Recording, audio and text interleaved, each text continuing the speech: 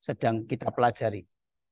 Kalau ada, saya persilakan satu atau dua sehingga kita bisa mengerti bersama-sama.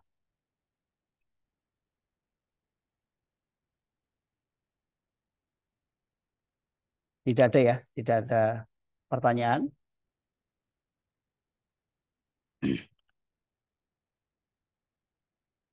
Ya, baik. Kalau tidak ada, kita akan memasuki pertemuan kita malam hari ini dengan topik kita membangun kerangka khotbah. Ya, kita sudah mulai membangun kerangka khotbah. Beberapa syarat saya membangun kerangka khotbah. Yang pertama, tentunya berdoa. Ini tidak boleh dilupakan. Memohon tuntunan Roh Kudus. Hal yang kedua yang kita lakukan, tentukan teks yang akan dikhotbahkan. Teks yang akan kita khotbahkan itu bisa juga teks yang sudah banyak dikenal orang, teks yang apa namanya, atau mungkin bahkan jarang orang khotbahkan, sehingga kita tertarik untuk membaca teks tersebut. Kemudian ketika kita sudah menemukan teks yang akan kita lihat, maka bagian yang ketiga kita selidiki dengan 6 pertanyaan utama. Tentunya Bapak Ibu kemarin belajar hermeneutik menemukan ini ya, 6 pertanyaan utama, dan jangan lupakan 3 hal, konteks, konteks, konteks, gitu ya. Boleh kita review 6 pertanyaan utama itu apa saja? Ada yang masih ingat?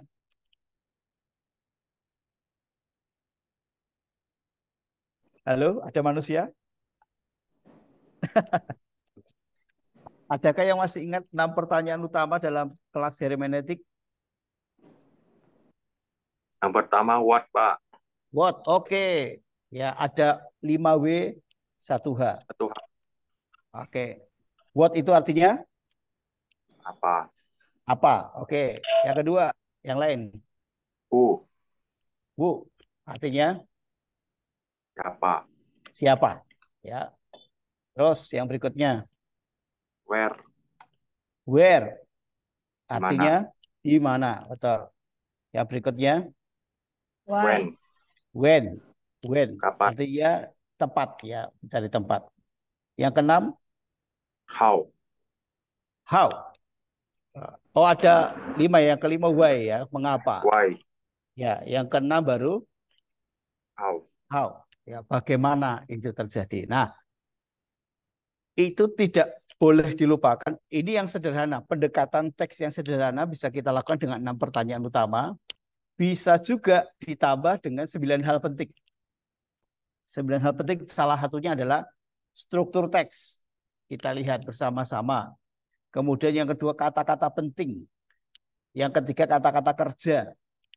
Kata-kata yang diulang-ulang. Ada induk kalimat, anak kalimat. Itu bisa kita perhatikan. Kemudian kata penghubung yang menarik itu bisa kita perhatikan. Ya. Jadi hal-hal sepertinya sepele, tetapi kita bisa memperhatikan itu menjadi poin yang bagus untuk kita menemukan ide dalam teks itu. Jadi 6 pertanyaan wajib, tetapi 6 pertanyaan tidak bisa digunakan kepada semua teks ya.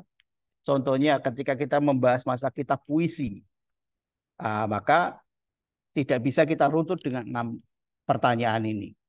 Yang bisa kita gunakan adalah 9 hal penting yang lainnya. Kemudian jangan lupa dari 6 pertanyaan itu kita harus temukan konteksnya. Teks ini ngomong apa sih?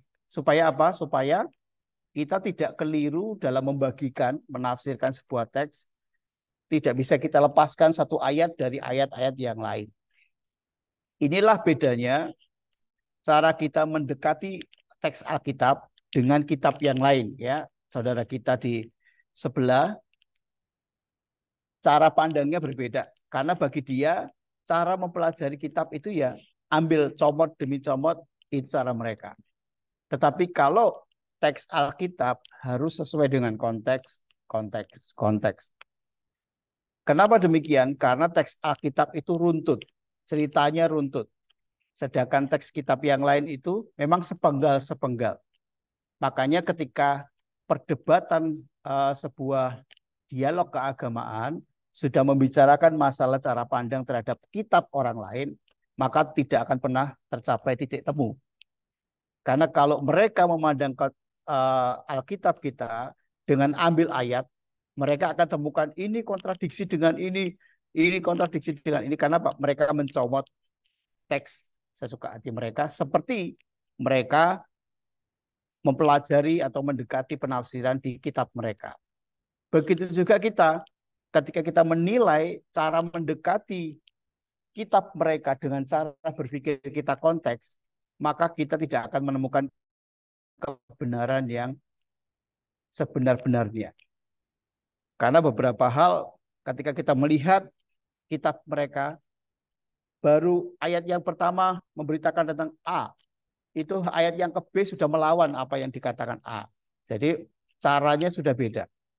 Sehingga ketika ada dialog agama, dialog kitab yang membicarakan kitab orang lain, pastilah akan terus berseberangan. Karena kita berbeda dari cara berpikir, cara melihat firman Tuhan atau kitab kita masing-masing. Jadi jangan lepaskan konteks. Saya pikir Bapak Ibu tahu ya artinya konteks ya. Konteks itu inti dari sebuah statement, inti dari sebuah cerita. Itu kita perlu lihat konteks. Sebab di dalam bahasa Indonesia itu ada arti denotatif dan konotatif. Betul ya? Arti yang sebenarnya dan arti yang tidak sebenarnya. Contoh nih Bapak Ibu. Tolong jawab apa yang nanti saya tanyakan. Ceritanya begini. Di sebuah kelas, sementara ibu guru mengajar, kelas begitu sunyi, tiba-tiba terdengar suara bom yang begitu keras di dalam kelas. Sehingga membuat semua menutup hidungnya. Kata kuncinya bom. Kemudian yang kedua, cerita yang kedua, di Palestina setiap hari terdengar suara bom yang begitu banyak dan begitu rapat. Kata-katanya sama-sama bom. Nah, menurut Bapak Ibu, apakah bom itu artinya sama? Tidak. Tidak. Ya, Ya. bom yang pertama itu kentut. Pintar ya. Bom yang kedua bom beneran. Ah, paham, itulah namanya konteks. Jadi kita nggak bisa tahu, nggak bisa ngomong bahwa oh ya bom gitu loh. Enggak. Lah di kelas kalau ada bom mati semua murid-muridnya kan gitu. Kenapa kita tahu bahwa oh ini kentut? Karena konteks ceritanya. Menutup hidung. Nah, tahu konteks ceritanya di kelas tiba-tiba ada bom, ada hidung ditutup, berarti semua ke bawah, gitu ya. Begitu juga dalam teks Alkitab. Bapak Ibu, kalau kita lihat Injil-Injil, itu banyak sekali Yesus mengajarkan tentang hal kerajaan Allah. Betul ya? Pertanyaan saya, apakah semua kata tentang kerajaan Allah di Matius itu pasti sama artinya, yaitu kerajaan surga atau tempat surga di mana Allah bertata? Tidak. Tidak. Kata-katanya sama, kerajaan Allah. Betul ya? Matius, Markus, Lukas, Yohanes mencatatnya. Tetapi tidak semua kata kerajaan Allah itu artinya sama. Dari mana kita bisa tahu? Lihat konteks ketika Yesus menyampaikan kerajaan Allah, dia sedang membicarakan apa? Bisa jadi dia membicarakan soal situasi. Ya, dia bisa juga sedang membicarakan masalah kebenaran yang sedang ini. Bisa juga dia sedang membicarakan tentang dirinya dan lain sebagainya. Artinya nggak bisa kita ngomong, oh kerajaan Allah pasti ini. Tidak. Lihat konteks. Nggak boleh lepas dari konteks. Sebentar kita akan lihat bersama-sama, kita belajar brainstorming tentang konteks. Kemudian yang keempat, temukan ide teks yang telah dipelajari menjadi gagasan utama. Cara menemukannya bagaimana? Hasil penyelidikan dengan 6 pertanyaan dan ditambahkan 9 hal penting. Yang kelima, membangun kerangka khotbah, ya, temukan hal-hal yang mendukung gagasan utama. Ujung-ujungnya apa? Jadi garis besar nanti. apa sih gagasan utama dalam sebuah teks? Kalau kita sudah menemukannya, maka kita akan harus menemukan lagi di bawahnya cara mendukung, hal-hal yang mendukung gagasan utama tersebut. Ketika sudah ketemu, kita catat, baru kita membuat kerangka khotbah. Bukan khotbah, tapi kerangkanya dulu. Nah, tahapnya begitu. Kita membuat tulang-tulangnya dulu. Bagaimana Pak tulang-tulang itu? Tulang-tulang itu adalah kita akan catat semua sesuai teks Alkitab. Teks yang ada kita catat, kita cantumkan di sana. Nah, kemudian ketika semua clear, yang mendukung apa, gagasan utamanya apa, baru kita melengkapi kerangka itu dengan daging. Bedanya apa? Kalau kerangka khotbah itu bahasa teks Alkitab. Ketika kita sudah masuk ke kerangka khotbah, yang bahan khotbah yang disertai daging, itu kita mengubahnya ke masa kini. Jadi bukan lagi teks masa lalu, tetapi kita sudah mengubah dengan kalimat yang masa kini. Nah, sehingga baru siap dikhotbahkan.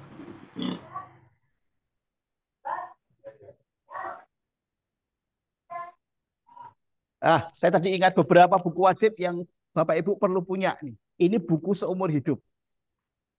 Artinya apa? Tidak akan habis. Kapanpun Bapak Ibu pasti memerlukannya. Yang pertama tentunya Alkitab.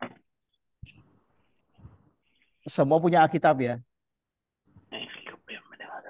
Oh, mungkin Bapak Ibu, Pak, saya pakai HP, saya pakai gadget. Saya lebih menyarankan begini. Ketika Bapak Ibu mempelajari Alkitab, pakailah dalam bentuk tulisan, ya, fisik. Tapi ketika mau khotbah, pakai HP, pakai laptop tidak ada persoalan. Sebab apa? Pengalaman saya merasakan berbeda antara membaca Alkitab, ya, membaca Alkitab dengan kita belajar dengan gadget. Ketika Bapak Ibu membaca teks satu persatu dalam Alkitab secara fisik, itu dapatnya berbeda dibandingkan Bapak Ibu membaca dalam HP. Apa ada yang pernah merasakan seperti itu? Nah, makanya Ada, Pak. ya pentingnya Bapak Ibu punya Alkitab secara fisik. Walaupun mungkin hari ini kita nggak bisa lagi ngomong ke jemaat, harus baca Alkitab. Gini, Pak, saya sudah punya HP. Kita nggak bisa memaksakan. Tetapi bagi seorang pengkhotbah untuk mempersiapkan Alkitab harus punya Alkitab secara fisik. Betul. Yes. Ini yang dicoret-coret. Ya, kalau perlu Bapak Ibu harus punya Alkitab versi kedua. Ya, Alkitab versi kedua ini bukan terjemahannya berbeda atau isinya berbeda, tidak. Hanya beberapa hal disesuaikan. Ya, Alkitab yang kita baca hari ini yang ada di HP kita terjemahan tahun 1974. Nah, sekarang sudah 2023, mau 2024. Tentunya ada banyak gaya bahasa yang berbeda antara tahun 74 dengan tahun 2023. Jadi beberapa hal versi kedua ini membantu mempermudah jemaat atau kita untuk mengerti akan isi Alkitab yang sebenarnya. Jadi bukan isi yang dirubah, tetapi ada pembahasan, ada kalimat, ada kata-kata yang dirubah supaya makin mengerti. Jadi intinya Bapak Ibu harus punya Alkitab. Kemarin kita belajar sebagai seorang pengkhotbah harus menjadikan firman Tuhan menjadi otoritas kita yang tertinggi. Betul ya? Dalam kita mempersiapkan khotbah, sumber utama kita harus Alkitab. Wah, bukannya memang begitu, Pak. Oh, banyak orang-orang hari ini sumbernya bukan Alkitab. Ya. Banyak sumber-sumber yang lain, cerita-cerita, kesaksian-kesaksian, dongeng-dongeng, politik, nanti dicarikan ayat, dan sebagainya. Tapi hari ini saya meluruskan kembali otoritas tertinggi kita, penggalian kita haruslah firman Tuhan. Alkitab menjadi yang tertinggi sebagai otoritas dalam hidup kita. Yang kedua baru ensiklopedia A sampai Z. Ini saya membelinya tahun Ah. 1994. Sampai sekarang masih ada Dengan dan sampai sekarang masih dibaca. masih. Ini saya udah Ah, punya nih. ya, betul. Kenapa ini penting? Kalau Bapak Ibu seorang pengkhotbah atau hamba Tuhan, ini akan berguna di sepanjang Bapak Ibu melayani. Sebab tidak ada seorang pun dari kita yang membaca tafsiran itu dari pendahuluan sampai penutup. Hmm. Tidak ada yang membaca ensiklopedi dari A sampai L. Artinya begini, ketika kita membutuhkan sebuah, ada hal yang kita pertanyakan, ada hal yang kita bingungkan, ini rujukan untuk kita membukanya. Apa itu? Ken- Mau 3. Kenapa tafsiran Alkitab masa kini ini saya rekomendasikan? Karena ini sehat, ini benar, ini rujukan yang baik. Dibandingkan Bapak Ya. Ibu lihat di Google yang mungkin nggak tahu sumbernya. Ya, ini penting sekali. Mungkin bisa ditambah buku-buku yang lain. Tetapi kalau tafsiran, saya menyarankan ini. Cara pemakaiannya adalah bukan begini. Bapak Ibu menemukan teks, kemudian langsung buka buku ini, tidak. Setengah aja, Bang. Kan nggak Ya. banyak-banyak. Bapak Ibu harus mempelajari dulu dengan metode yang benar. Dah. Boleh. Tafsiran Alkitab ini atau ensiklopedi ini untuk Bapak Ibu menemukan latar belakang dari sebuah teks. Ya.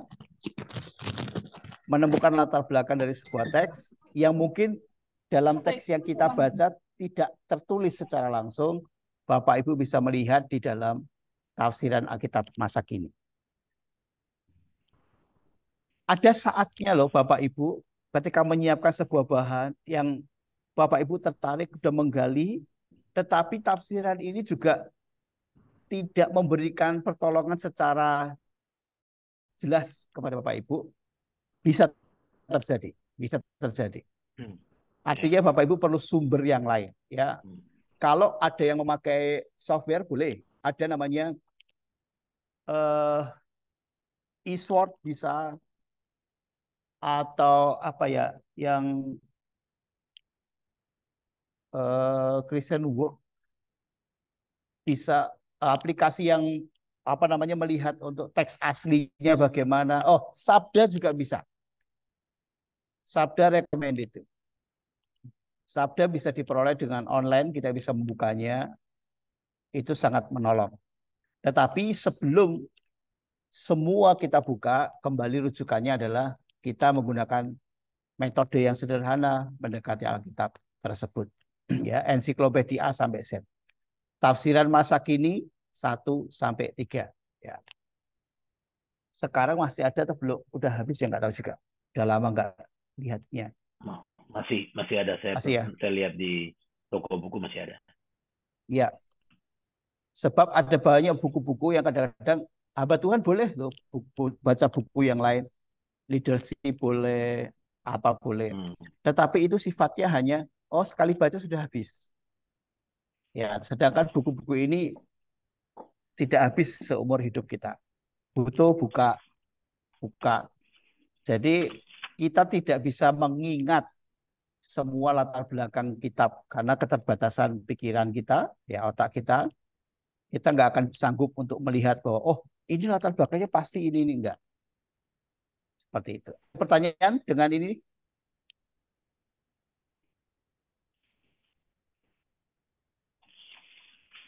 Oke, tidak ada ya. Ini wajib penting ya. Kalau yang belum punya mungkin menyisihkan ya, nabung. Saya lihat di Tokopedia juga sudah ada, ya online sudah ada. Tokopedia menjual juga.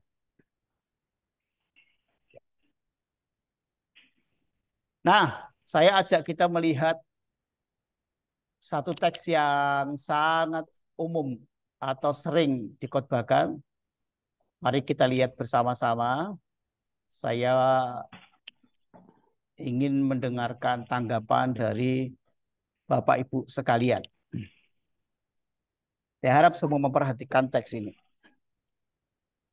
Matius 7 ayat 21 dan 23. Sampai 23. Bukan setiap orang yang berseru kepadaku, Tuhan, Tuhan, akan masuk ke dalam kerajaan surga. Melainkan dia yang melakukan kehendak Bapakku yang di surga. Pada hari terakhir, banyak orang akan berseru kepadaku, Tuhan, Tuhan.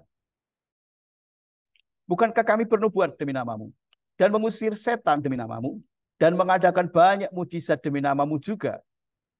Pada waktu itulah aku akan berterus terang kepada mereka dan berkata, aku tidak pernah mengenal kamu. Hanyalah daripadaku kamu sekalian pembuat kejahatan.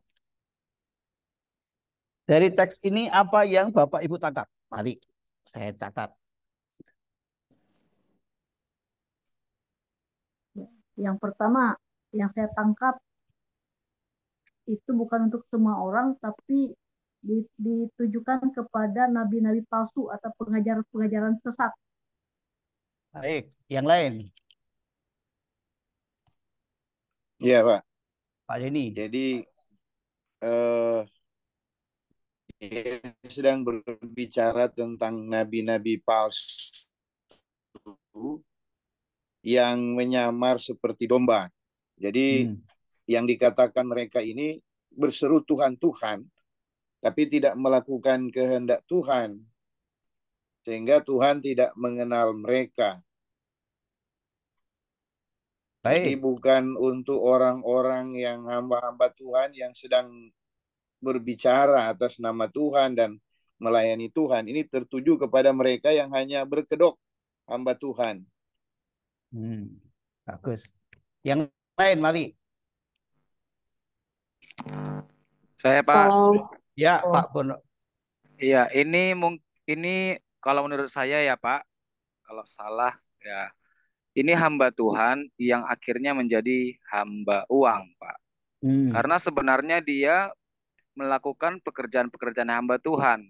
Dia bernubuat kan, hanya hamba Tuhan sih yang tahu kan bernubuat itu ada dalam Alkitab. Dia melakukan firman Tuhan. Kemudian mengusir setan demi namamu, demi nama Tuhan juga dia melakukan, Pak. Karena hamba Tuhan yang melakukan ini, Pak.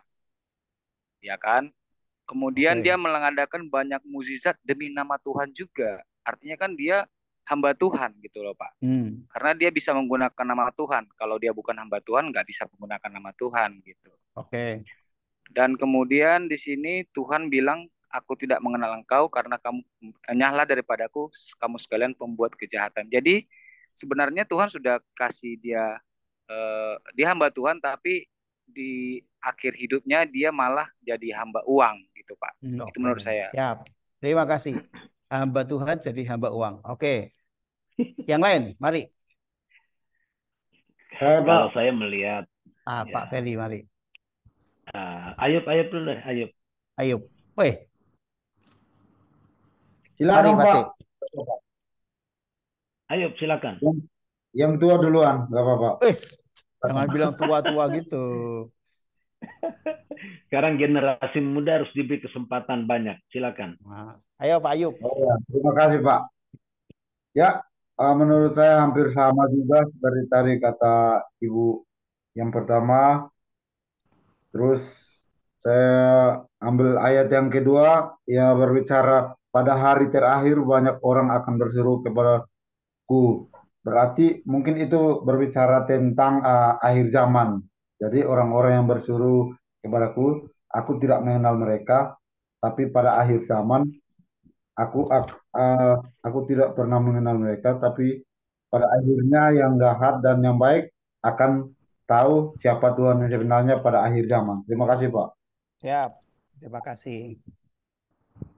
Tambahkan akhir zaman ya tadi ya. Oke, Pak Ferry, mari. Ya, kalau saya memperhatikan ini, bahwa ayat ini tidak difokuskan kepada para nabi palsu, tapi ayat ini mencakup keseluruhan pribadi hamba Tuhan, termasuk kita-kita yang ada malam ini. Nah, saya mengambil satu kesimpulan di dalamnya bahwa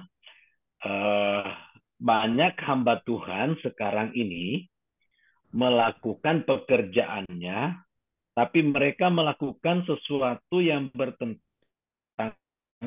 dengan hukum. Mungkin umpamanya contoh saya melakukan tugas pelayanan saya, tapi saya tidak bertanya kepada Tuhan apa yang harus saya khotbahkan. Ya, karena saya punya pengalaman berkhotbah, maka saya nggak lagi bertanya kepada Tuhan apa yang harus saya kerjakan. Jadi saya melakukan sesuatu menurut pikiran saya. Itu pun kita melakukan sesuatu yang bertentangan dengan hukum Tuhan, bertentangan dengan kehendak Tuhan. Jadi kita tidak hanya memfokuskan pada nabi-nabi palsu, tapi kepada diri kita. Jika kita melakukan sesuatu tanpa kita bertanya kepada Tuhan, maka kita melakukan hukum yang bertentangan dengan hukum Tuhan. Oke, Pak. Terima kasih. Iya, terima kasih Pak Ferry. Mari Pak Irawan. Kalau menurut saya ya Pak ya, Ya. ini kalau dari konteksnya kita lihat kan itu hal pengajaran yang sesat.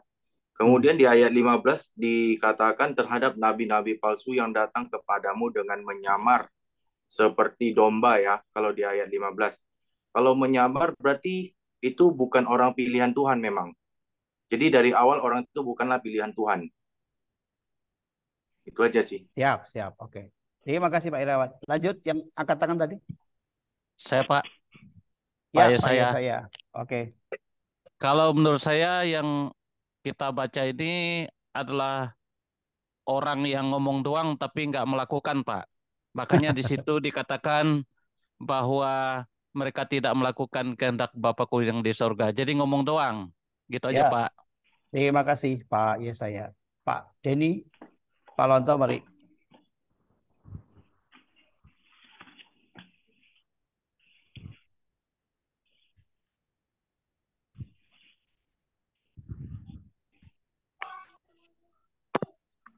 Mari Pak yang angkat tangan. Saya Pak. Ya, Pak Joni. Ya, secara konteks itu menyinggung para nabi-nabi palsu. Oke. Itu ya tentang pengajaran-pengajar sesat. Oke. Tapi secara teks itu bisa kena untuk saya, untuk siapa saja, termasuk nabi-nabi palsu. Kalau secara teksnya. Tapi konteksnya memang latar belakangnya itu untuk para pengajar-pengajar palsu ditujukan ayat-ayat ini. Oke. Itu Pak. Siap. Terima kasih Pak Joni. Pak Yosua. Ya, mari Pak Daniel.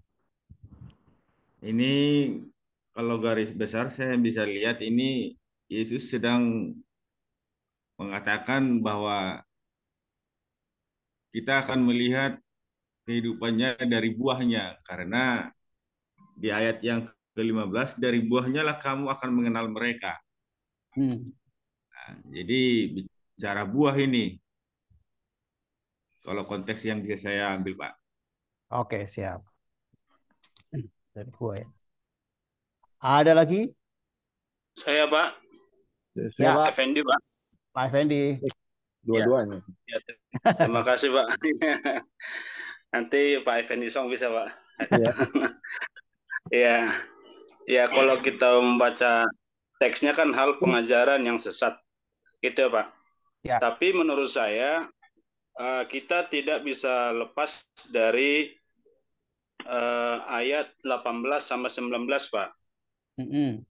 Gitu. Jadi di sini berbicara bagaimana pohon yang baik tidak mungkin menghasilkan buah yang tidak baik. Ya. Artinya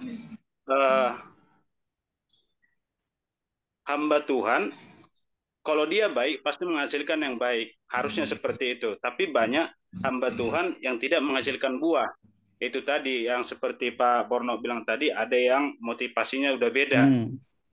Gitu Pak. Jadi saya lebih menggarisbawahi ayat 18 sama 19 Pak. Siap. Oke Pak. Jadi masalah buah itu Pak. Itu aja Pak. Makasih Pak. Siap.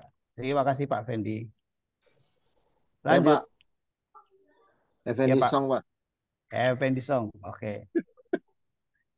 Kalau menurut saya Pak, ini kan konteksnya memang hal pengajaran yang sesat. Jadi memang ini guru-guru palsu. ditujukan kepada mereka yang memang bukan orang percaya, Pak, bukan seperti kita semua yang orang percaya. Jadi memang ini untuk mereka yang ya dikatakan kan iblis pun percaya kepada Tuhan. Jadi memang dia menyesatkan umatnya gitu loh, Pak. Ya, seperti itu. Ya. Siap, terima kasih, Mbak. Satu lagi, Ibu-ibu. Yes, Pak. Saya, Pak. Oh, langsung dua ya. Oke, mari, Ibu Kris. Iya, menurut saya ini adalah seseorang yang selalu memanggil Tuhan, Tuhan, Tuhan, tapi perbuatannya tidak menunjukkan bahwa itu adalah murid Tuhan. Oh, siap, siap. Makasih. Satu lagi, Ibu tadi. Saya Pak Lia. Ya. Di sini kan yang saya dapat yaitu tentang pengajaran yang sesat. Yang saya dapat ada di ayat 15, waspadalah terhadap nabi-nabi palsu yang datang kepadamu dengan menyamar seperti domba, tetapi sungguhnya mereka adalah serigala yang buas. Nah, di sini kan tentang pengajaran nabi-nabi palsu. Setan sendiri pun bisa pura-pura dan menyamar sebagai orang yang percaya dengan nama Tuhan. Gitu ya, oke. Ya, Dapat, terima Pak. kasih.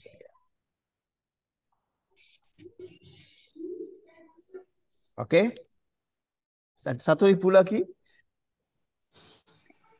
Pak, saya Pak. Siap.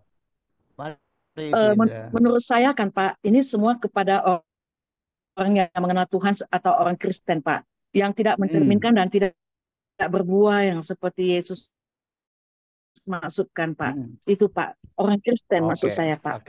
Maka Jadi, Pak. Jadi kalau saya bisa menyimpulkan, Bapak Ibu, teks ini Bapak Ibu menafsirkan jadi dua golongan. Betul ya? Oh, ini nabi palsu. Yang ini adalah hamba Tuhan.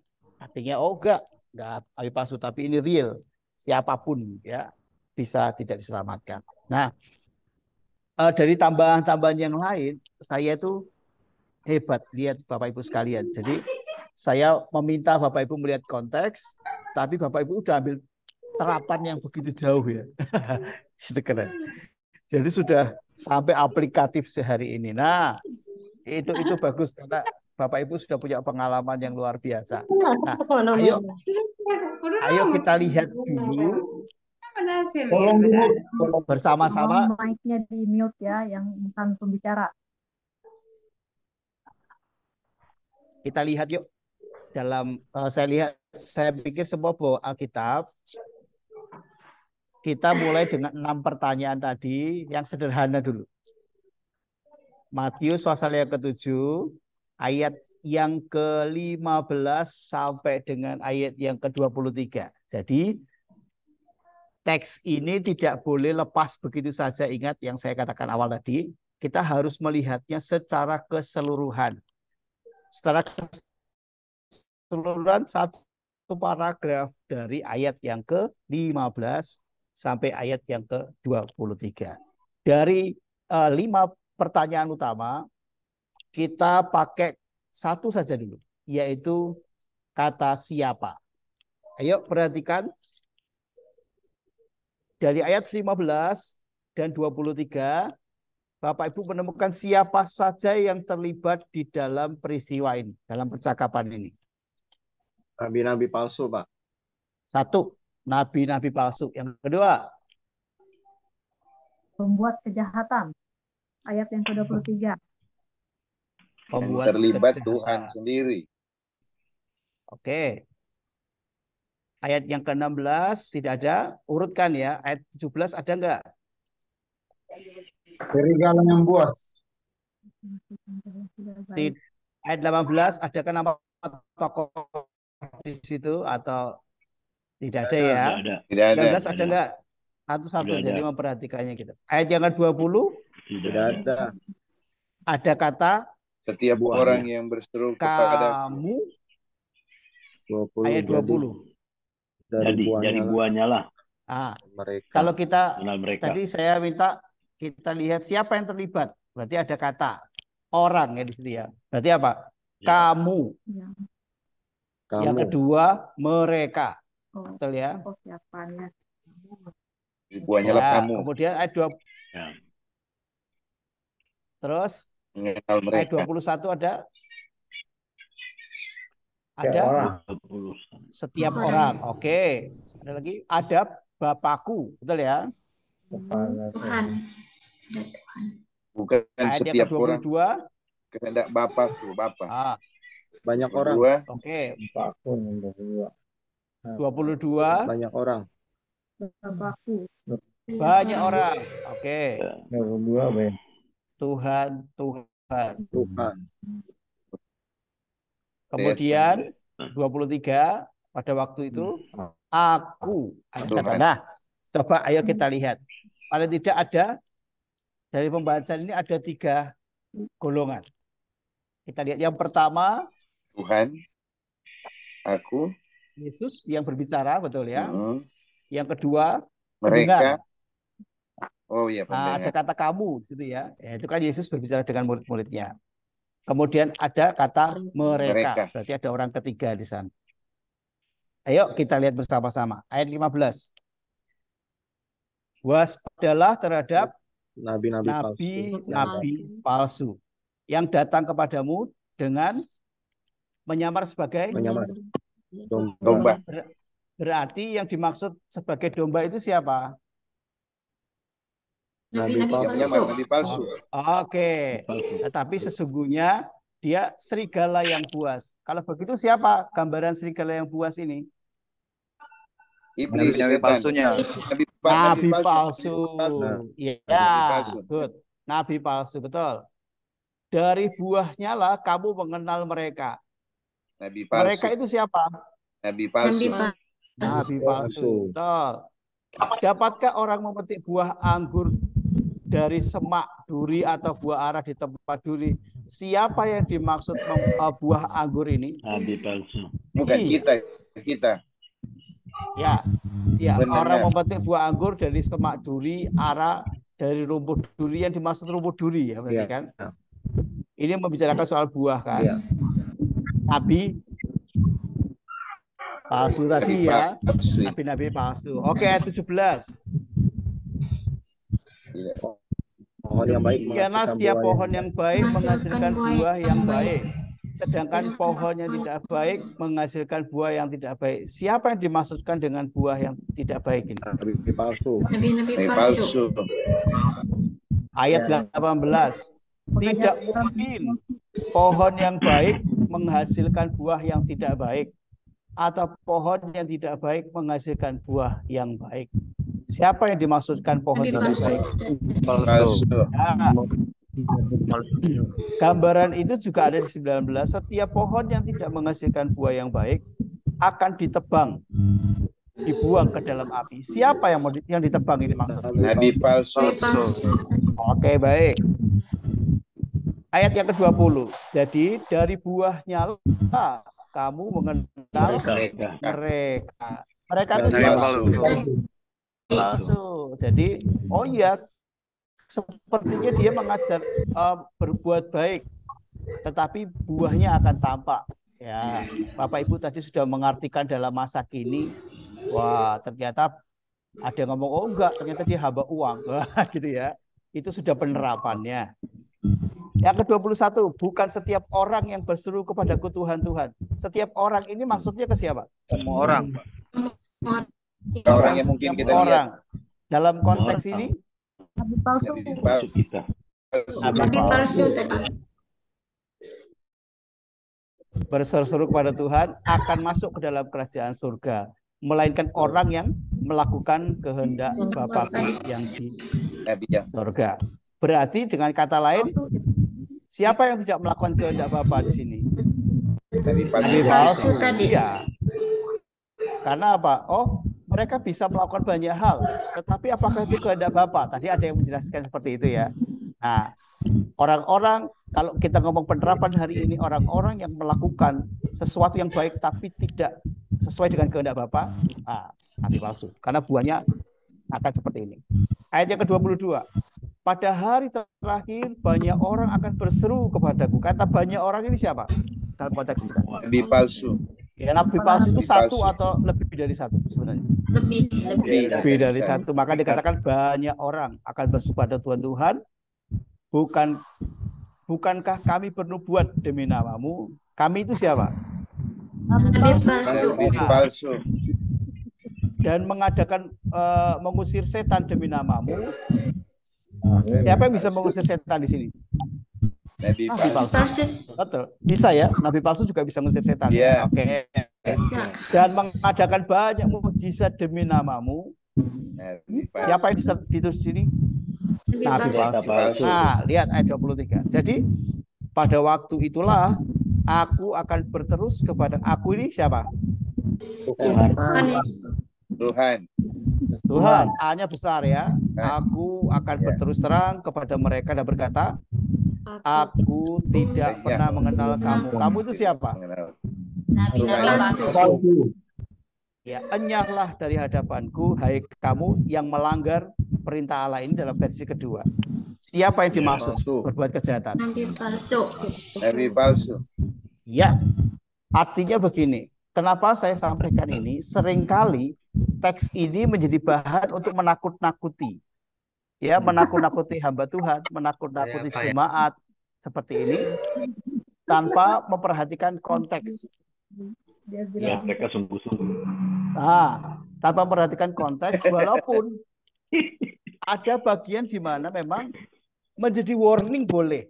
Tetapi ketika kita menekankan di hanya ayat 21 sampai ayat 23, itu berbahaya karena ini mengandung konsep keselamatan. Betul ya? Kalau kita terapkan di hari ini, terus kita bawa teks ini ke dalam hari ini cukup berbahaya. Saya sudah terima Yesus, masa saya ditolak di surga? Kan gitu ya. Ini akan membuat persoalan secara khusus. Nah, oleh karena itu benar ketika kita membicarakan konteks teks ini, jelas yang akan ditolak, yang akan dihukum hanyalah nabi-nabi palsu. Yes. Nah, ketika kita bawa ke masa kini, Bapak Ibu, hari ini ada nabi palsu tidak? Ada. Banyak. Ada. Banyak kan? Ada banyak nabi palsu. Banyak. Menurut teks ini, kita bisa tahu dari mana kalau orang itu nabi palsu? Dari buahnya, Pak. Dari buahnya. Nah, dari buahnya. Dari buahnya. Ya, buahnya yang dimaksud itu bagaimana sih? Kalau dalam terapan kita? Perbuatannya, Pak. Bagaimana Bapak Ibu tahu perbuatannya? Dari sikap hidupnya sehari-hari, cara hidupnya. Sikap hidup sehari-hari. Nah, kalau Bapak Ibu menjumpainya dalam hidup sehari-hari, Bapak Ibu bisa tahu. Tapi bagaimana kalau itu ada di YouTube? Bagaimana hanya di sosial media? Ya. Nah, kasih itu dislike, kan banyak. Pak. Dislike. Kasih jempol ke bawah. Ya. Artinya begini. Ketika kita membicarakan tentang konteks ini dan kita terapkan ke hari ini, ini bisa menjadi cerminan. Tetapi tidak boleh dijadikan sebuah penghakiman bagi jemaat-jemaat. Walaupun mungkin maksud Pak Gembala adalah supaya mereka sungguh-sungguh. Tetapi jangan, ini menimbulkan keraguan akan iman dan keselamatan mereka, gitu ya. Ini berbeda dengan yang dimaksud. Jadi, begitu juga bagi rekan-rekan hamba Tuhan. Ini bisa jadi cerminan kehati-hatian bagi kita, mawas diri apakah saya nabi palsu atau tidak. Kan gitu ya. Jangan sampai saya merasa baik, saya merasa melayani, ternyata saya nggak sesuai dengan kehendak Tuhan. Bisa buat cerminan seperti ini, gitu ya, Bapak Ibu. Sehingga menyadarkan kita untuk punya motivasi yang baik, yang benar. Jangan sampai kita menjadi nabi palsu. Nah, ketika kita lihat teks dalam Matius 7 ayat 2 1, 2, 3 ini atau 15 sampai 23 ini, sebenarnya teks sebelumnya kita juga mendapati bagaimana Yesus itu menyerang orang-orang Farisi dan ahli Taurat, Bapak Ibu. Oh, mereka itu mencoba Yesus dengan berbagai macam pertanyaan. Ya, termasuk mencoba untuk menjegal dengan pertanyaan-pertanyaan supaya Yesus tidak bisa menjawab dengan salah begitu rupa. Dan ternyata pada waktu itu sudah ada nabi palsu, pembuat mujizat ada, dan itu yang hari ini kita lihat ketika kita tarik ke masa kini. Oh, ternyata ada banyak loh pendeta-pendeta yang bisa membuat mujizat, sepertinya fenomena viral gitu ya. Apalagi kalau kita lihat yang kulit hitam bisa membangkitkan orang mati gitu ya. Kita menjadi Di kagum. Jakarta Ya. tren pendeta punya istri 2. Itu bukan mujizat itu ya. Ya. Nah, seringkali kita lihat fenomena-fenomena seperti ini bahwa benar kata ibu-ibu bapak tadi, dari buahnya kita lihat apakah dia seorang hamba Tuhan yang sungguh-sungguh atau tidak. Ya, ini menjadi saya rindu dengan teks ini juga meneguhkan Bapak Ibu. Bapak Ibu nggak akan dibuang kok, gitu. Bapak Ibu sudah terima Yesus, Bapak Ibu dikenal. Amin. Ya, Amin. saran saya dengan teks ini adalah lakukan apa yang memang kehendak Tuhan saja. Yang bukan kehendak Tuhan jangan dilakukan. Karena apa? Kalau kita berjalan walaupun itu melayani tapi bukan kehendak Tuhan, pasti ujung-ujungnya kehendak kita. Betul ya? Ujung-ujungnya adalah memperkaya diri sendiri. Ini yang hari-hari ini sedang terjadi. Memperkaya diri, pengen terkenal, ya, pengen viral supaya diundang khotbah di mana-mana. Ada motivasi. Pertanyaannya, apakah itu tujuan Tuhan? Kalau Bapak Ibu adalah seorang gembala, ayo kembali ke fitrahnya. Gembala harus stay dengan domba-dombanya. Ya, banyak hari-hari ini domba-domba kehilangan gembala-gembala. Ya, gembala hanya khotbah 1 bulan sekali, di tempat hanya sebulan sekali, 4 minggu yang lain di tempat yang lain. Ya, lebih bangga kalau ke luar negeri terus, padahal dia gembala. Nah, hati-hati. Pertanyaannya adalah apakah itu kehendak Tuhan? Nah, itu paling penting bagi kita. Jadi bukan masalah lagi kita akan ditolak atau tidak ditolak oleh Tuhan. Tapi justru menjadi koreksi bagi kita. Apa yang kita lakukan hari ini benar gak? Sesuai kehendak Tuhan apa enggak? Pertanyaan bagi Bapak Ibu, apakah bernubuat demi nama Tuhan itu salah? Tidak. Enggak salah. Tidak. Mengusir setan demi nama Tuhan itu baik nggak? Tentu tidak. Baik. Mengadakan mujizat? Baik. Oh baik, bahkan ini yang dicari orang. Kalau pendeta buat banyak mujizat, makin banyak dipanggil orang, gitu loh. Amin. Tapi pertanyaannya kenapa perbuatan ini menjadi pemikiran kita ya?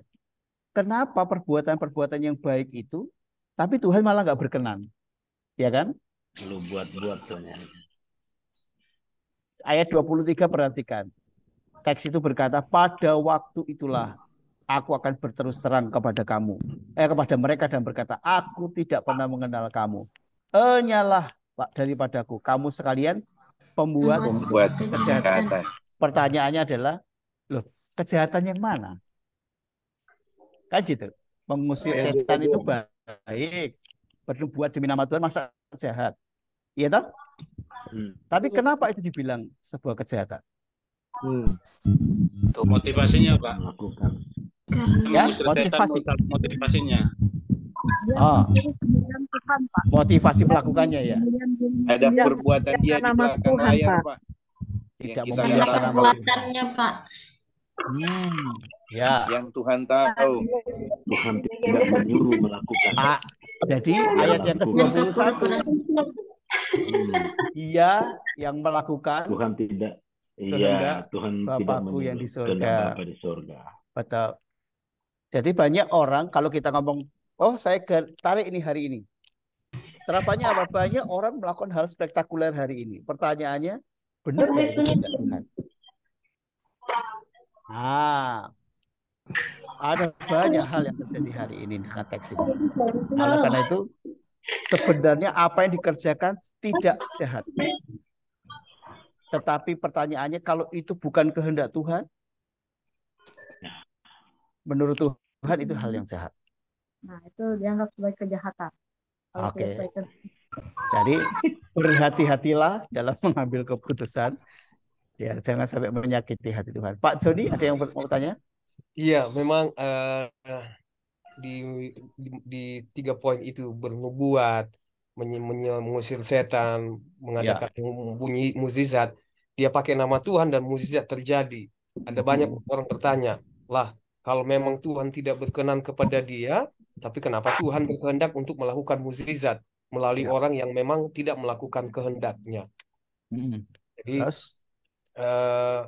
ini jadinya salah satu kontradiksi di dalam pemikiran banyak orang. Mereka tidak berpikiran bahwa Tuhan sedang membela firman Dia. Tuhan yang membela firman-Nya, bukan orang yang melakukan itu yang dibelanya, tapi firman Tuhan itu, nama Yesus itu memang berkuasa. Nah, urusan orang yang melakukan itu dengan motivasi yang salah itu urusannya dengan Tuhan.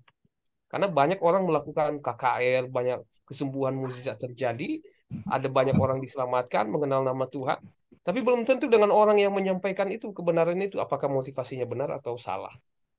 Iya, Pak. Siap. Terima kasih Pak Joni. Ada teman-teman yang lain? Saya yang Pak. mau menambah? Saya Ya. Pak. Ada Pak, saya Pak. Pak saya dulu. Oh iya. Oke. Ya tadi Bapak bilang yang saya mau tanya gini.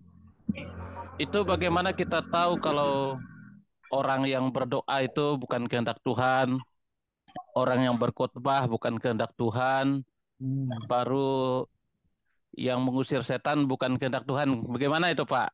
Kita mengetahuinya. Coba. Siap. Makasih. Terima kasih, sama-sama. Ada teman yang lain mau membantu menjawab?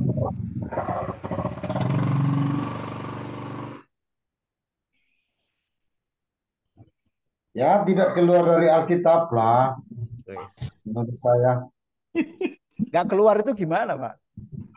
Sesuai firman. Kalau yang keluar itu nggak sesuai firman. Kalau sesuai firman ya fan-fan aja.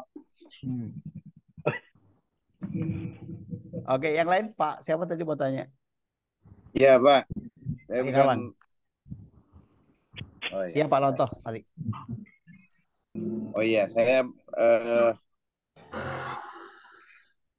mau bikin bukan pertanyaan tapi pernyataan bahwa orang-orang yang mengusir setan kan berbuat mujizat itu kita sudah punya contoh dengan Musa dan para ahli nujum. Jadi itu bukan mujizat dari Tuhan. Tapi bisa saja karena dia nabi palsu ya dari tuannya. Ya. Yang lain juga ada mujizat karena sugesti pikiran. Ya. Bentuk-bentuk sihir yang terjadi. Ya, kalau kita hamba Tuhan ada di antara situ, kita bisa rasa dalam roh kita bahwa ini bukan dari Tuhan. Kita bisa tahu. Iya. Oke. Iya. Terima kasih, Pak. Jadi bagaimana kita bisa mengerti bahwa itu bukan kehendak Tuhan? Setuju dengan Pak Lontoh bahwa di dalam hati kita itu ada namanya karunia rohani namanya. Salah satu membedakan roh. Membedakan roh. Betul. Ya. Jadi begini. Mungkin Bapak Ibu mendengar sebuah khotbah yang bagus. Cara membawakannya tepat. Tetapi kok hati nggak sejahtera. Jadi ada penolakan yang keras dalam hati padahal mungkin Bapak Ibu nggak menemukan sesuatu yang salah. Nah, bisa jadi loh. Bisa jadi bahwa memang ada ketidakberesan di orang tersebut. Contoh, saya pernah ada hamba Tuhan menyampaikan di gereja kami, waktu itu gereja kami nggak ada panggungnya. Jadi hanya selisih 30 cm dari jemaat saja naik satu lantai. Kemudian dia bercerita, ngaku biasalah ngaku anaknya ustadz dulu dan sebagainya. Ketika beliau berbicara bersaksi, hati saya itu nggak sejahtera. Saya berdoa, Tuhan, kalau saya yang salah, saya sujud, ampuni saya. Saya bilang gitu. Tapi kalau yang di dalam hati saya yang tiba-tiba bergetar ini benar, tolong Tuhan jawab, buktikan ya Tuhan bahwa apa yang saya rasakan ini benar. Bapak Ibu tahu, ketika dia selesai meletakkan mic, saya kaget sekali. Dia bisa terpental ke depan ya, dari panggung sampai ke jemaat itu 5 meter. Saya tidak tahu dia tersandung apa karena nggak ada apa-apa di situ. Dari situ kami semua bisa tahu bahwa oh, yang disampaikan adalah bohong. Yang disampaikan adalah bukan kebenaran. Jadi rupanya Allah membela sendiri ya. Panggung itu, mimbar itu kudus. Jadi ketika ada kebohongan di sana, waktu itu saya berdoa, Tuhan nyatakan kalau itu memang salah dan terjadi sesuatu. Tapi tidak selalu begitu sih. Maksud saya mungkin di lain tempat, lain peristiwa, tapi mesti ada sesuatu yang Bapak Ibu bisa rasakan yang disampaikan itu salah. Yang kedua, mungkin itu tadi Pak Ayub tadi berkata, asal yang disampaikan firman, oke, nggak masalah. Biasanya semua dimulai dari firman, betul ya? Hanya nanti ujungnya atau penerapan yang dipakai tentunya bukan untuk kemuliaan Tuhan. Itu berarti sudah salah. Contoh, di Semarang beberapa tahun yang lalu ada gereja besar yang mengadakan KKR besar-besaran tentang teologi kemakmuran. Nah, sampai ada door prize 2 unit Avanza waktu itu. Otomatis banyak orang Kristen yang berbondong-bondong. Ketika hari pertama, ada jemaat kami yang sengaja datang dapat kulkas. Dia datang hari kedua, hari ketiga datang lagi. Ternyata di akhir dari ibadah hari ketiga itu ada tantangan. Jadi hamba Tuhan itu, Bapak Ibu mau hidup berkelimpahan, mau diberkati Tuhan. Yes, semua yes. Baik, kalau mau diberkati Tuhan, buat komitmen malam hari ini. Tulis, jadi semua sudah dibagi kertas, sudah dibagi ballpoint. Janji iman kepada Tuhan. Tulis 70% dari gajimu transfer ke kami. Oh, itu rame. Dan banyak orang melakukannya. Maksud saya begini. Awal-awalnya dia gunakan firman Tuhan untuk menyatakan maksud-maksud Tuhan. Mungkin teksnya betul. Tetapi di ujung dari KKR itu ada maksud yang tersembunyi akhirnya terbuka. Saya mulai hitung gini. Oh, Avanza itu harga barunya berapa? Katakanlah 300 juta. Oke. 2 Avanza itu berarti 600 juta. Sekarang yang datang jemaat itu jumlahnya sekitar 6.000 orang. Katakanlah 1 orang saja setiap bulan memberikan persembahan 1 juta saja. Itu udah nutup. Udah lewat dari Avanza. 2 itu. Jadi betul-betul memainkan perasaan orang dengan firman Tuhan, tapi ujungnya bukan untuk kemuliaan Tuhan, tetapi untuk mengeruk keuntungan. Ini nabi palsu. Gitu ya. Oke, Pak Joni, ada yang mau bertanya? Iya Pak, ada pernah pengalaman itu. Saya dulunya di gereja sebagai gembira, namanya gembala ibadah raya. Oh. Jadi bukan kami penggembira ya? pengalaman, iya gembira, gembala ibadah raya. Mantap. Jadi kami punya pengalaman, kami putuskan bahwa kalau di ibadah ditiadakan untuk sementara waktu kesaksian, mimbar kesaksian. Karena kadang-kadang orang datang ke depan itu aneh-aneh, gitu. Ya, betul. Kemudian tiba-tiba ada orang dari luar kota datang dengan membawa sepucuk surat. Dia seperti kesannya kayak tunanetra dan dia dipegang oleh seseorang. Tapi dia masih bisa berjalan dengan kuat. Ibu gendut. Jadi kalau ada yang naik ke atas mimbar untuk kesaksian, mesti kasih tahu dulu ke gembala ibadah rayanya. Lalu saya diketemukan.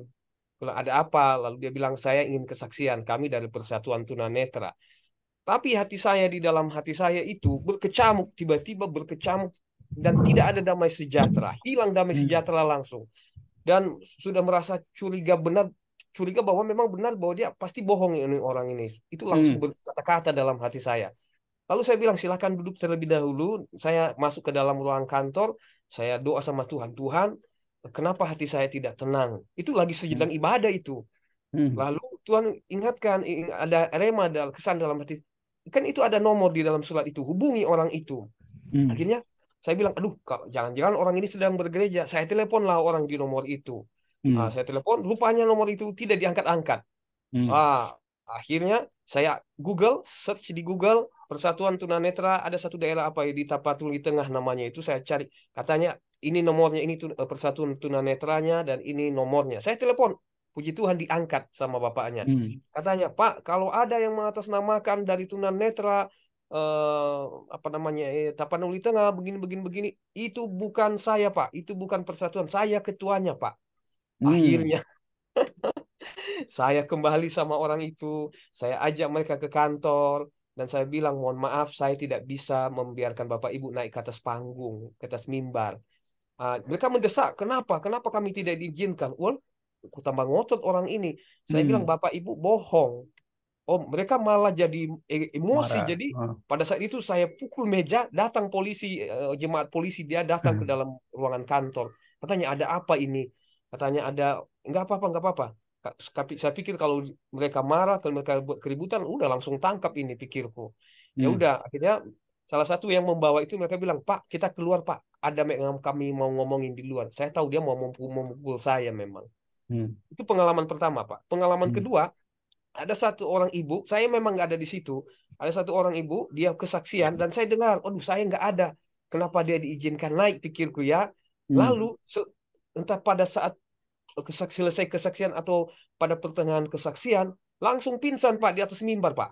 Langsung pingsan dan langsung dibawakan ke rumah sakit, dan ada satu orang dokter yang membawanya. Pada saat itu jemaat juga membawa ke rumah sakit.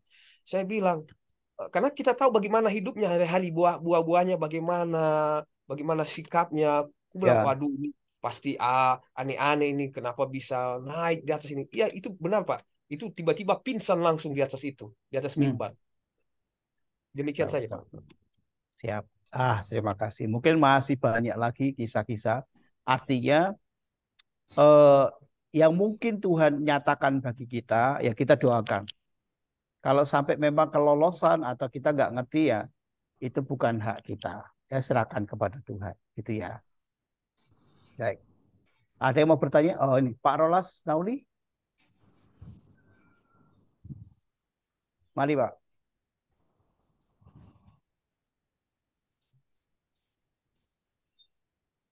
Pak Rolas. Buka video gara-gara saya kondisinya tidak memungkinkan. Ya. Jadi saya mau kasih bukan pertanyaan tapi sedikit pernyataan mengenai mengusir setan. Saya mengimani Matius 28 ayat berapa ya, saya lupa.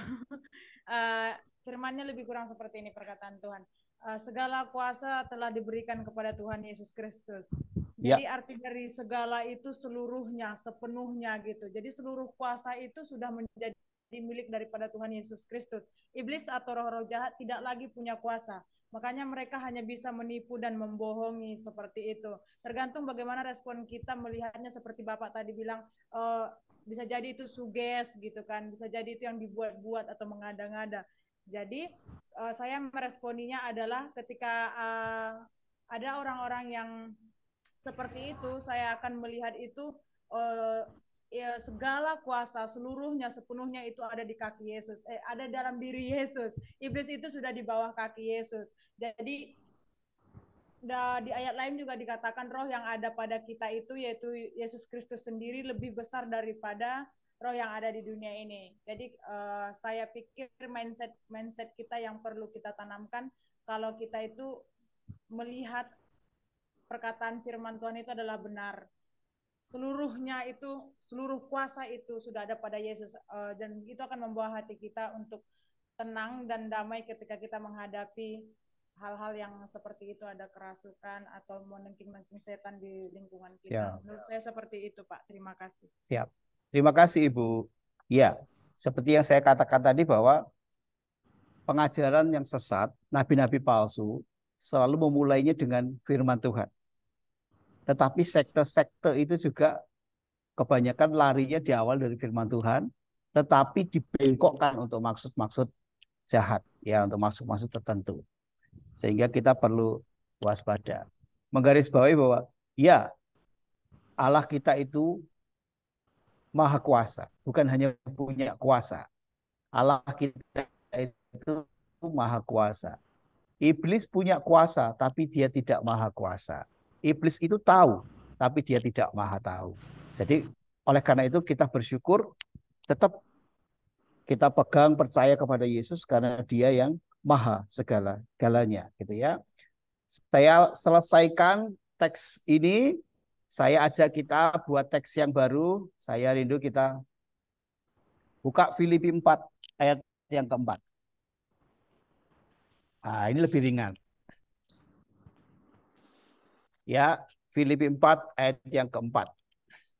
Teksnya berkata, bersukacitalah senantiasa dalam Tuhan.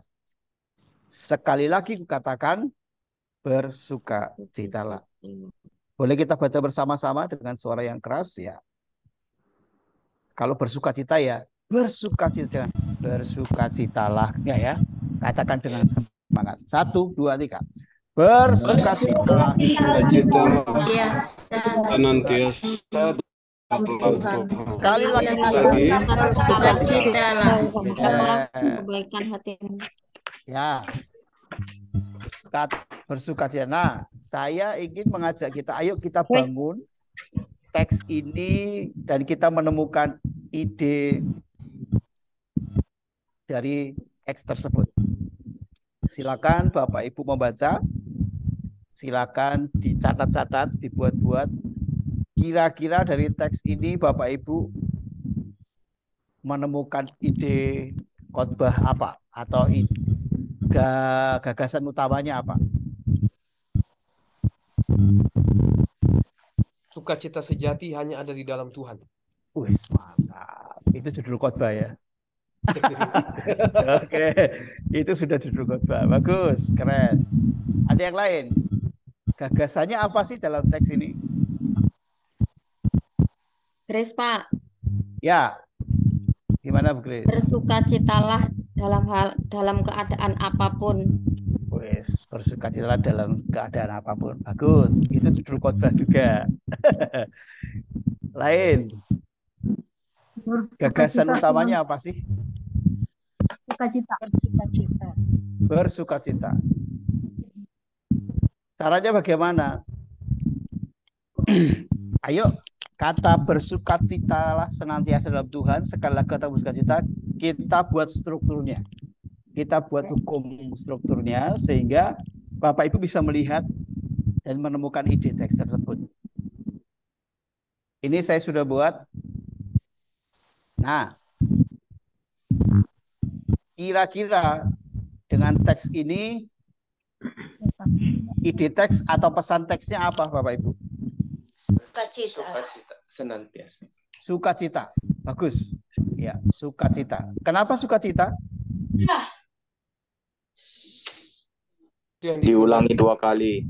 Diulangi 2 kali berarti penting ya. Kalau ada teks yang diulang, jangan diabaikan karena sesuatu yang penting itu menjadi ide teks kita. Ya, tulis dalam ide teks sukacita. Kemudian, kalau Bapak Ibu sudah menemukan ide teks ya, oh apa ini sukacita. Kemudian kira-kira hal apa yang mendukung gagasan utama kita ide teks ini? Kenapa sukacita? Bagaimana kita bersukacita atau apa saja? Kita buat kerangkanya ya, kita buat kan tidak mungkin khotbah hanya bersukacita. Tidak bisa ya. Dari hukum struktur ini kita bisa mendapatkan 3 garis besar untuk mendukung sukacita ini. Kok bisa? Bapak Ibu, makanya pentingnya membuat hukum struktur. Bapak Ibu bisa melihat sendiri ada garis yang di sini bersukacita, tapi ada yang menonjol senantiasa dalam Tuhan dan bersukacitalah.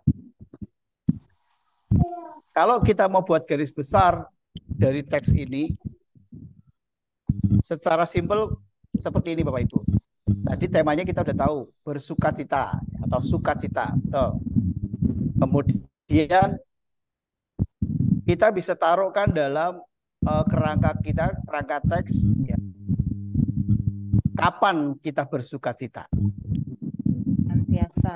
Senantiasa. Senantiasa. Oke, tulis ya, kapan kita bersukacita, harus bersukacita, senantiasa. Kepada siapa kita bersukacita? Di mana kita bersukacita? Dalam Tuhan. Dalam Tuhan. Dalam Tuhan. Dimanapun. Dimanapun ya. Sesuai teks kita, dimanapun nggak ada tuh. Ya. Kapanpun. Kita masih membicarakan kerangka ya, bukan khotbahnya. Ini teksnya. Jadi kapan kita bersukacita? Di mana kita bersukacita? Di dalam Tuhan. Oke. Yang ketiga, menurut Bapak Ibu, teks secara keseluruhan ini bisa tambah kenapa kita bersukacita, Pak? Kenapa kita bersukacita? Ya, kenapa kita bersukacita? Bisa. Jawabannya apa, Pak? Perintah Tuhan, katakanlah. Ya, oke, good. Karena ada kata ya, karena ada hal yang bisa membuat kita tidak sukacita. Ya. Kenapa kita bersukacita? Karena Tuhan sudah mengampuni dosa kita. Wah, mantap. Tapi nggak ditulis Pak di sini, Pak. Jadi gini, betul. Pertanyaan terakhir betul. Kenapa kita harus bersukacita? Karena bersukacita adalah perintah. Kenapa kok perintah? Ya, teks kita kata bersukacita ada kata lah 2 kali. Kalau bersukacitalah dan apalagi ada tanda seru, ya ini karena penting. Hal-hal yang kecil seperti ini perlu diperhatikan. Berarti itu sebuah perintah.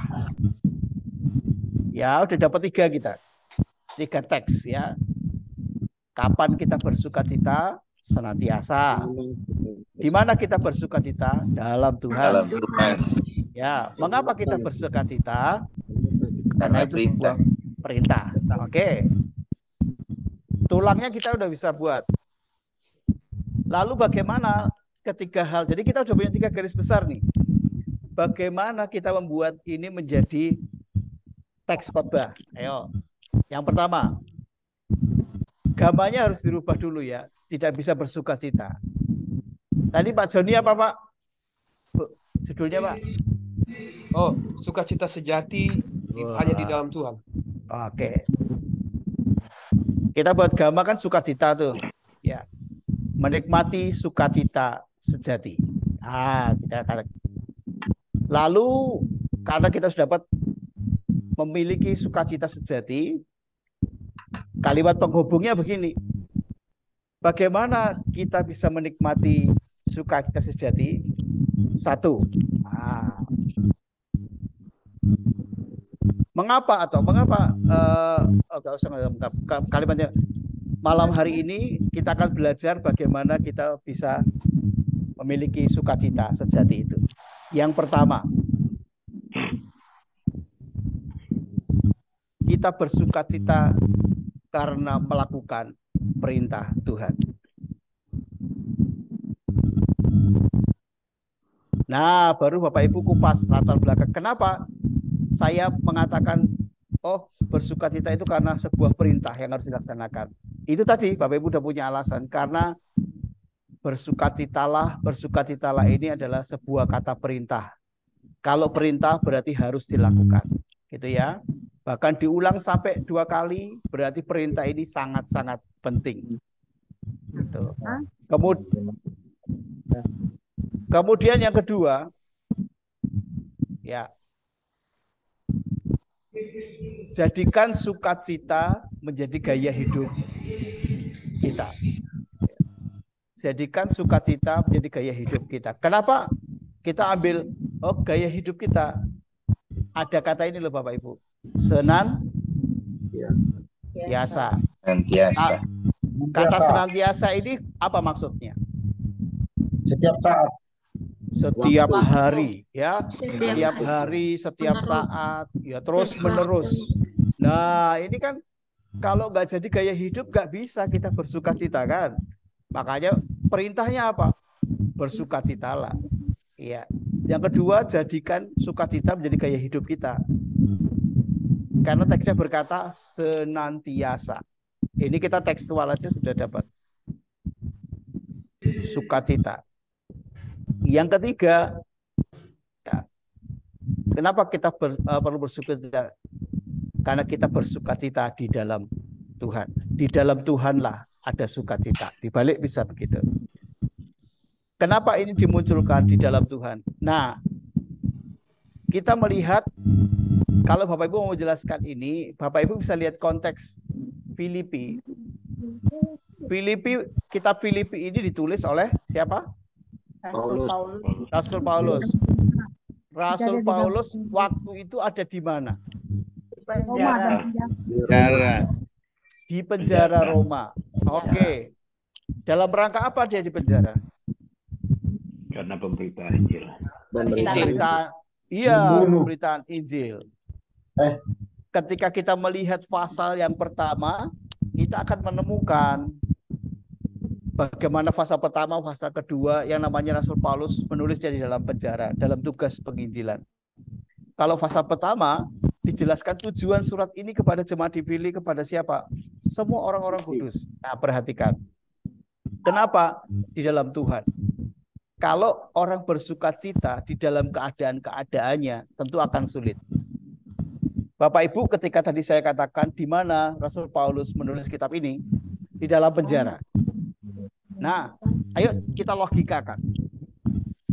Apakah orang yang di penjara itu bersukacita? Potensi sukacita? Senang? Hore, aku di penjara. Hore, yes, aku di penjara. Oke. Tidak. Biasanya secara logika kita, orang di penjara itu sedih. Justru orang yang di penjara itulah yang butuh penghiburan. Betul ya? Tolong jenguk aku. Tolong seminggu sekali. Jangan lupa makanan kesukaanku, rica-rica dikirimkan. Pasti gitu ya? Tapi perhatikan. Yang dilakukan Rasul Paulus malah di dalam penjara, dia menghiburkan orang yang di luar penjara. Kalau dia berkata bersukacitalah, loh, padahal dia di penjara yang secara manusiawi sulit untuk bersukacita, tetapi karena dia ada di dalam Tuhan, makanya dia bisa bersukacita. Gitu loh. Bapak Ibu yang dikasih Tuhan, sedikit gambaran tentang penjara di Roma. Penjara itu dijuluki begini, penjara di mana Paulus di penjara itu, di mana matahari tidak pernah terbit. Karena apa? Dia di penjara di bagian tanah, ya, di bawah tanah, tidak pernah lihat siang, pagi maupun malam. Semuanya gelap. Nah, di dalam penjara itu dialiri oleh selokan kecil yang berair, sehingga keadaan ketika Paulus di penjara itu lembab. Makanya ketika dalam penjara itulah Paulus sakit, ya. Pernafasannya terganggu, sesak, karena dia ada di situasi yang lembab di penjara beberapa waktu lamanya. Belum lagi di posisi penjara itu, Paulus memang dikasih makan. Tetapi setiap kali makan, itu berebutan dengan tikus pemakan daging. Belum lagi ditambah bahwa dia dipasung, Bapak Ibu. Jadi tidak punya kebebasan, diserang tikus ya. Kita tahulah, kita bisa bayangkan betapa susahnya. Artinya dalam beberapa sisi fakta di depan mata Rasul Paulus, sulit loh untuk bersukacita dalam keadaan itu. Tapi perhatikan bahwa hidupnya, hatinya tidak dikuasai oleh fakta-fakta keadaan yang melemahkan dia. Hidupnya dikuasai dan hanya dalam Tuhan, sehingga dia bisa bersukacita. Dan dia bisa meneguhkan, dia bisa menguatkan orang yang di luar penjara. Bersukacitalah senantiasa dalam Tuhan. Sekali lagi kukatakan bersukacitalah. Itu hal yang bukan hal yang mudah bagi Paulus. Tetapi kita melihat spiritnya luar biasa. semua karena dalam Tuhan. Nah, Bapak Ibu, dari satu teks ini kita sudah bisa membuat khotbah dengan 3 garis besar. Artinya sekali khotbah 40 menit pun jalan ini dengan satu teks. Belum lagi kalau ditambah ilustrasi-ilustrasi, itu pasti bisa semakin memperkaya kita. Nah, itu contoh hari ini. Saya memberikan contoh bagaimana kita membangun. Senin depan kita belajar lagi membangun teks supaya target kita terselesaikan. Bapak Ibu boleh bisa membangun teks khotbah dengan baik. Ada pertanyaan, Bapak Ibu? Bersukacitalah senantiasa. Mari. Pak, ada pertanyaan. Ya. Siapa ini? Pak Denny, oke. Pak Denny. Ya, Pak. Bisa enggak kita masukkan ada ayat lain sehubungan dengan bersukacita dalam Tuhan, yaitu dengan melakukan firman. Ya, saya bilang sekiranya engkau memperhatikan ketetapan-ketetapanku, maka damai sejahteramu. Nah, itu kan ada. Iya. Bersukacita dalam Tuhan yaitu dengan melakukan firman. Saran saya Keluar jangan, dari Pak. teks itu bisa, Pak. Referensi boleh, tapi jangan sampai referensi itu jadi yang utama dibandingkan dengan teks yang kita sedang bahas, gitu ya. Jadi hati-hati juga dengan referensi. Boleh kasih referensi ayat pendukung, tapi perhatikan konteks ayat yang diambil tadi. Betul ya?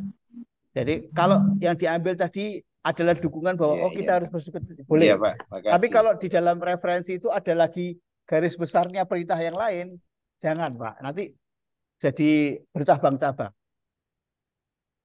Itu ya. Referensi boleh untuk menguatkan ini. Ya, tadi referensinya sudah ada masuk kan ya Pak ya.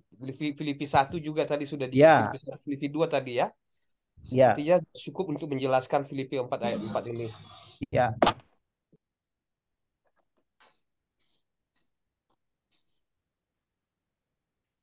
Seperti awal pertemuan kita, kenapa kita lebih lebih simple? Sebab gini, referensi itu penting, tetapi jangan terlalu banyak karena kita khotbah itu gak hanya satu kali ini. Besok kita akan khotbah butuh referensi, lain waktu kita akan butuh khotbah. Jadi ambillah secara konteks ya. Kalau konteks dekat kurang, konteks jauh ya pasal sebelumnya seperti tadi Filipi 1 begitu. Mari yang lain. Halo Pak. Pak Yes, saya Pak. Pak Yes. Ini contoh khotbah yang mana ini Pak? Yang tekstual apa ini? Paragraf atau apa ini? Posisi. Ini tekstual ya. Ini tekstual, Pak. Tekstual. Oh ya, oke. Ya, karena hanya satu ayat. Hanya satu ayat. Oh ya. Siap, Pak. Makasih. Ya. Berarti boleh pakai ini, Pak. Apa? Biar gak panjang-panjang amat. Pakai. Oh. Khusus, Pak. Pak Ayub. Pakai bahan ini. Maksud saya satu ayat aja nggak apa-apa kan, Pak. Biar gak susah amat. Nggak apa-apa. Nggak apa-apa. Iya. Kayaknya lebih gampang. Nah, lebih gampang dan yang pasti bukan masalah gampangnya, benar cara menyampaikannya. Ya, benar. Ya. Soalnya kan saya jujur aja, Pak, saya belum hafal. Oh, seperti di ayat sini, itu bahaya. Pas dibaca nggak sama, bahaya. Dosa itu ya. Nanti dipikir nabi palsu lagi. Gitu, Pak. Jadi saya pikir satu ayat aja. Ya, cocok untuk saya. Betul. Terima kasih, Pak. Siap. Ada yang lain? Ya, saya mau bertanya sedikit, Pak. Ya, Pak Effendi. Nah, seperti yang Bapak bilang tadi kan, kalau bisa tidak usah menambah ayat atau referensi ayat lain gitu ya. Nah, kalau sebelum-sebelumnya kita belajar hermeneutika kan, di situ ada diajarkan ayat yang paralel, Pak. Ini maksudnya bagaimana nih, Pak? Ya, ayat yang paralel itu biasanya begini, Pak. Paralel itu begini. kadang-kadang sebuah teks di Filipi memparalelkan dengan ayat-ayat atau yang ditulis oleh penulis yang sama. Biasanya kalau ada di Filipi mungkin di Kolose atau Efesus. Nah, itu paralel yang baik. Sesuai dengan penulisnya sama. Sehingga kita nggak meleset dari konteksnya, Pak. Contohnya ketika kita membahas keluarga nih. Di Filipi ada, tapi di Efesus juga ada. Nah, kita bisa ambil ayat paralel itu dari Efesus. Dari Kolose. Itu boleh, Pak. Karena konteks pembahasannya sama tentang keluarga, katakanlah gitu. Tentang suami istri, seperti itu. Boleh, Pak. Artinya begini. Terima kasih, Pak. Ya, tidak melarang, Pak. Tetapi hati-hati dalam mengambil referensi. Itu ya, Pak. Ya. Biar gak dikira nabi palsu. Aduh. Kan belum melakukan mukjizat, Pak Ayub. Ya. Pak, Ada yang sekali lain, lagi Pak? mau nanya, Pak. Sekali Ya, lagi, Pak, Pak, saya. bertanya. Beda khotbah tekstual ini dengan tematis atau sistematis apa, Pak ya? Soalnya saya lihat kan hampir sama sih. Soalnya nggak masuk dalam pelajaran kita sih kalau yang tematis. Oke, makasih Pak. Bedanya. Ya, tematis itu gini, Pak. Contohnya tematis adalah, kita ngomong masalah khotbah tentang keselamatan. Itu tematis. Atau doktrin itu tematis, Pak. Nah, ketika kita ngobrol masalah keselamatan, maka kita harus membangun sebuah khotbah dalam konteks yang berbicara memang tentang keselamatan. Itu tematik. Sistematis itu berbeda dengan tematik. Sistematis itu begini, Pak. Seperti yang Bapak dan saya kita pelajari hari ini tentang sukacita ini. Sistematis itu begini. Jadi jelas urutannya. Apa yang akan kita sampaikan? Sukacita di dalam Kristus. Sukacita apa tadi? Sukacita sejati. Apa yang kita bisa buat dengan sukacita sejati itu? Satu, ya. Kita bersukacita karena sebuah perintah.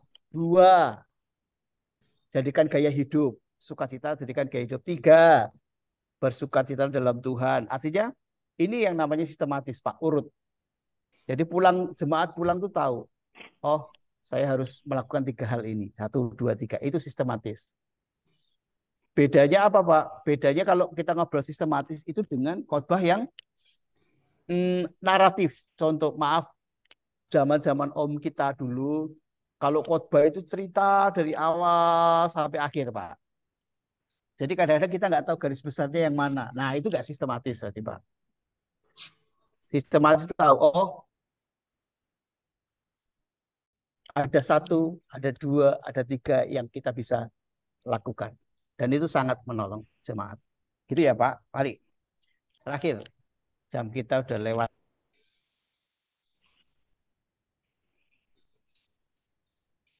Pak, mau nanya. Ya. Yang tadi Bapak sampaikan itu kerangka ya, Pak ya? Yang 3 garis besar itu kerangka khotbah. Ada, ya, ada kerangka teks dan kerangka khotbah. Yang tadi itu loh, Pak. Itu maksudnya apa? Kita bersukacita karena perintah Tuhan, jadikan sukacita menjadi gaya hidup. Itu kerangka khotbah. Nah, itu sudah khotbah. Ya, itu sudah lalu khotbah. Melengkapi kerangka dengan daging itu apanya, Pak? Nah, besok ya. Sabar ya, Pak Effendi ya. Ya, Pak. Baik, pertemuan Senin yang akan datang ya, Pak. Ya. Kalau sudah ada daging, baru dihembuskan nafas. Siap, Pak. Demikian pertemuan kita. Haleluya. Ya. Selamat malam, Bu Trisia, udah sehat.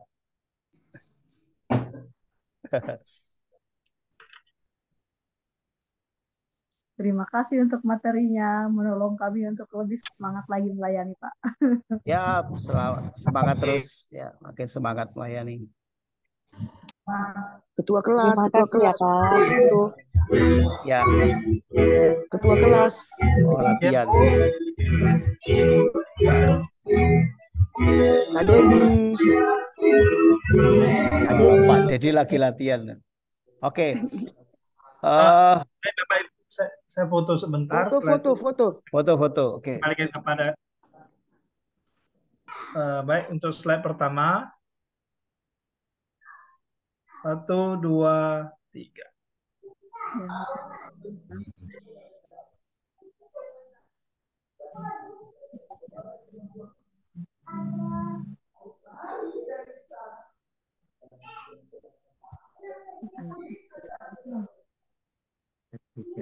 Untuk slide kedua.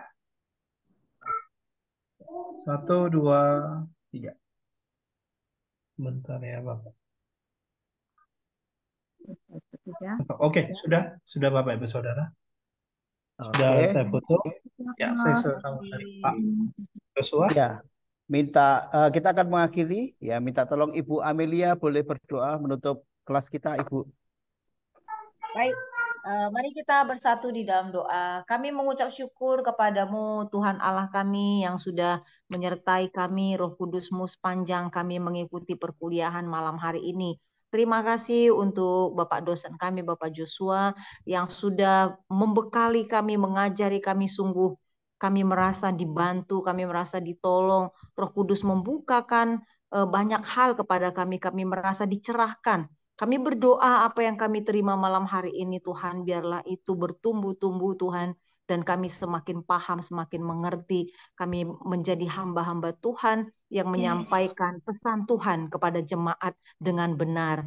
Terima kasih juga untuk semua kami yang sudah mengikuti perkuliahan malam hari ini. Kami bahkan berdoa juga mungkin buat rekan-rekan kami yang ada dalam keadaan sakit. Ya, Tuhan yang tolong menyembuhkan mereka.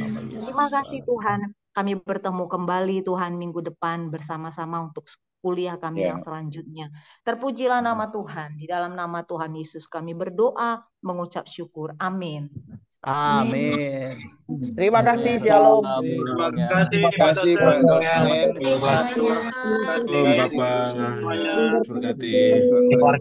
Selamat istirahat. Shalom teman-teman semua. Sampai ketemu minggu depan. Iya. Ya, dadah.